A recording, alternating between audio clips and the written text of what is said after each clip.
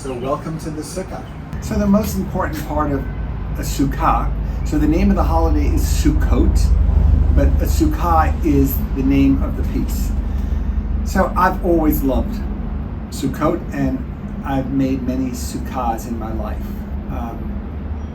So you're supposed to say a blessing, and there's a table in here. This space can fit 10 people comfortably at a meal, but it's open to the public, and I always have food outside during the holiday that people can come in and make a blessing here.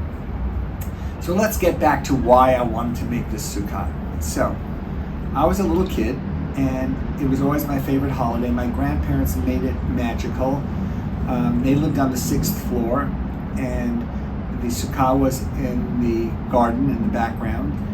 And my grandmother and grandfather made a pulley to bring down all the food and all the china to sit in the space. And I loved it. It was wooden walls, and my grandmother had old Persian rugs on the wall, and she even had a teeny little chandelier. It was not ostentatious, it was tiny, but it made the light emanate to all the walls, and that was very important to me as well.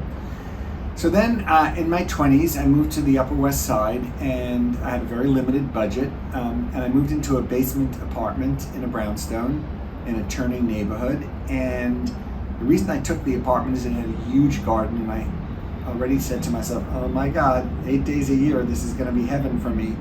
And I built a very large sukkah in the garden, and I used pine poles that I painted a dark brown color, and then all the walls were made out of heavy-duty clear plastic, so you felt like you were eating in a garden.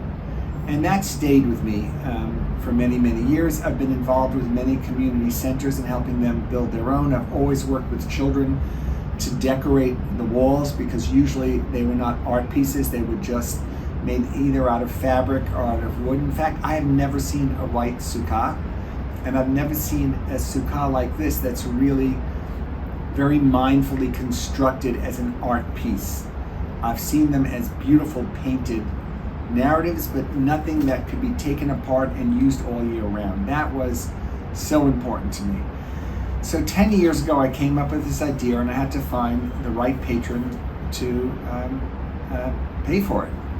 And I met many people who wanted to do it, but the problem was they loved the idea. Some of them wanted it for their homes, and I wanted it to be open to the public. And many of them said they would do it, but it would only be up for 8 days, and it wouldn't be used for the rest of the year.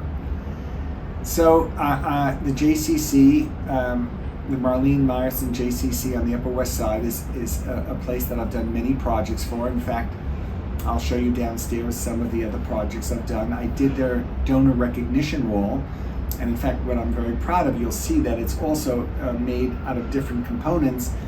It was important to me that since it was a West Side community center, you could see the West Side Highway in its shadow. So I am a conceptual artist. All the art that I do has to work on many different levels. A few years later, they asked me to do a sky and water installation. They had seen my work at the Albright Knox in the Newburger Museum, and there was a small space in a conference room, and they said, could I do something there? And then there are a series of sky and water paintings, and all my paintings are based on photographs. So these are the way the sky and water looked at different places in the world.